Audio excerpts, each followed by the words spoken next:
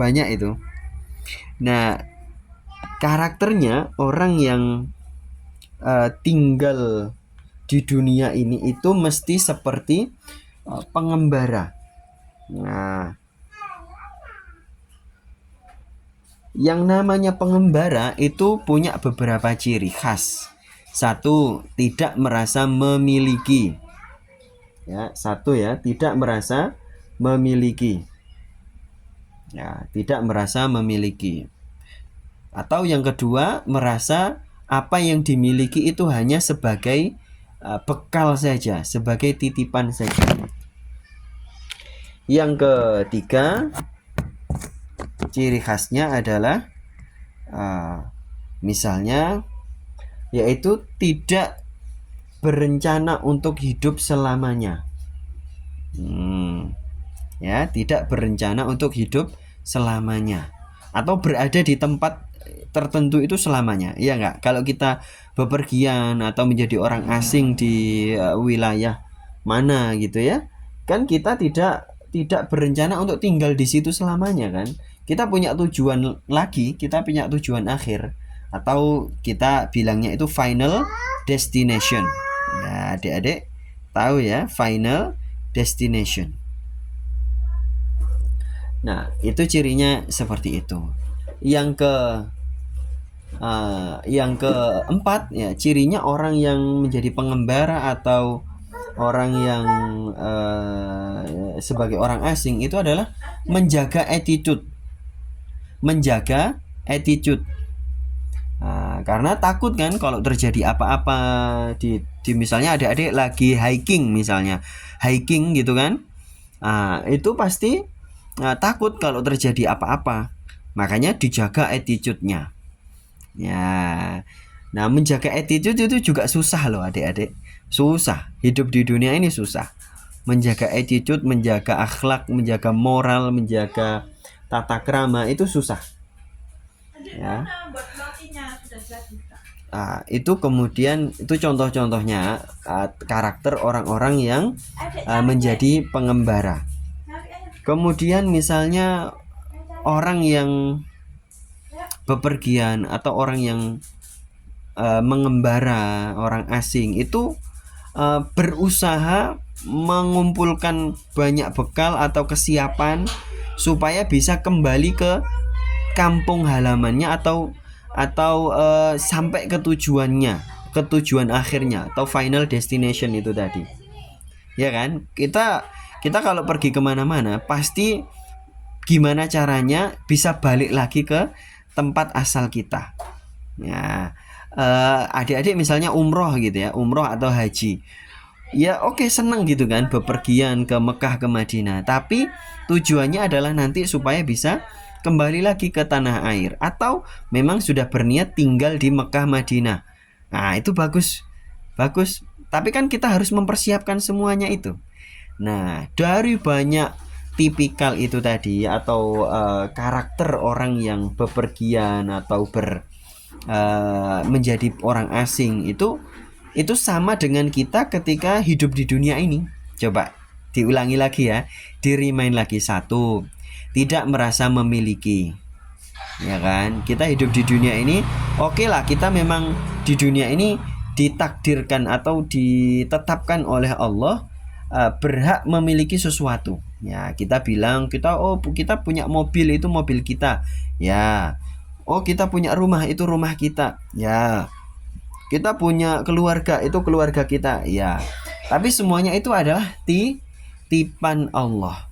Yang namanya titipan Allah berarti kita tidak akan marah, kita tidak akan sedih, kita tidak akan protes ketika Allah mengambil titipannya. Ya. Dan itu berat adik-adik ya. Misalnya sekali ya, suatu saat adik-adik sudah punya suami atau punya istri, ternyata ditakdirkan Allah meninggal. Ya, ditakdirkan Allah meninggal. Ya tidak protes. Wong itu titipan, ya kan? Nah, tapi sedih boleh-boleh saja, sedih itu manusiawi. Nah, Itu contoh ya. Misalnya suatu saat adik-adik, dan ini nanti ketika usia tua, adik-adik diingat-ingat pesannya Ustadz Brili ini ya. Diingat-ingat, nanti kalau sudah usia tua, suatu saat itu akan ada momen adik-adik dikurangi rizkinya oleh Allah. Ya, dikurangi rizkinya oleh Allah. Oke, sekarang adik-adik masih muda, bisa bekerja, punya penghasilan 10 juta setiap bulan misalnya. Akan ada saatnya adik-adik itu ditakdirkan oleh Allah sumber rezekinya itu menurun drastis. Ya, sumber rezekinya itu menurun drastis. Nah, ketika mengalami itu, ya adik-adik harus terima. Wong rezeki dari wong kita lahir juga nggak bawa apa-apa. Kenapa ketika kita diambil oleh Allah kok nggak terima? Ya, itu logikanya harus main adik-adik ya. Tayyib.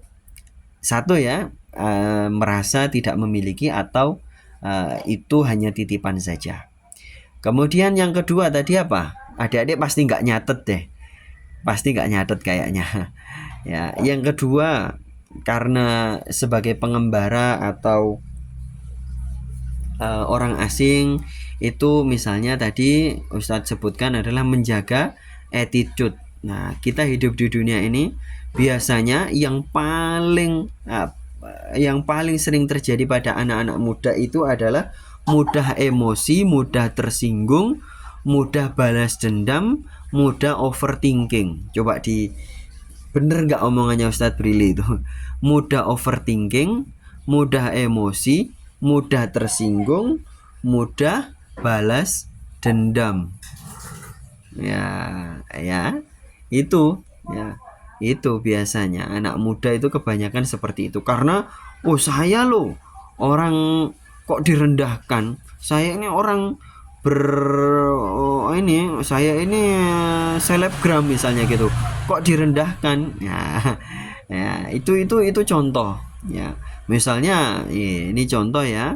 Ketika adik-adik itu jadi kayak Ustadz ya, kayak Ustadz Brili dijadikan pemateri semacam ini, tiba-tiba di cancel gitu ya tanpa konfirmasi, ya ndak boleh marah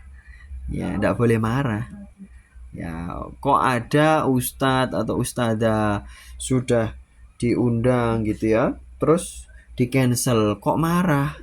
Nah itu ndak boleh seperti itu. Dulu Imam Asy-Syafi'i itu pernah diprank sama orang. Imam datanglah ke entah Imam Syafi'i atau gurunya ya, Ustadz Brili lupa. Kalau nggak salah Imam Syafi'i ya, kalau nggak salah gurunya Sufyan Ats-Tsauri atau siapa lah, pokoknya ulama zaman dulu itu pernah diprank di kayak apa ya, kayak kalau adik-adik tahu itu acara apa ya, dulu itu ada acara ngetes orang-orang tertentu gitu loh, ngetes kesabarannya gitu. Nah, apa itu namanya ceritanya lupa ya. Nah itu Imam Syafi'i itu diundang seseorang. Imam, datanglah ke rumah saya ada acara. Ya, saya ada acara, datang ke rumah saya. Nanti Anda yang kasih nasihat, kasih ceramah gitu ya. Begitu datang ke rumah, ke lokasi, orang yang mengundang itu ternyata nggak ada apa-apa gitu loh. Kenapa kamu kesini? Wong acaranya sudah selesai gitu. Dibilang begitu. Ya sudah, Imam Syafi'i balik pulang dan nggak marah. Ternyata jarak berapa hari diundang lagi. Saya ada acara, silahkan datang. Nyampe di lokasi tujuan nggak ada apa-apa. Loh kamu nggak usah kesini, saya nggak butuh kamu gitu ya. Diprank begitu adik-adik. Coba adik-adik kalau digitukan pasti marah deh. Pasti marah. Nah itulah karakter anak muda ya.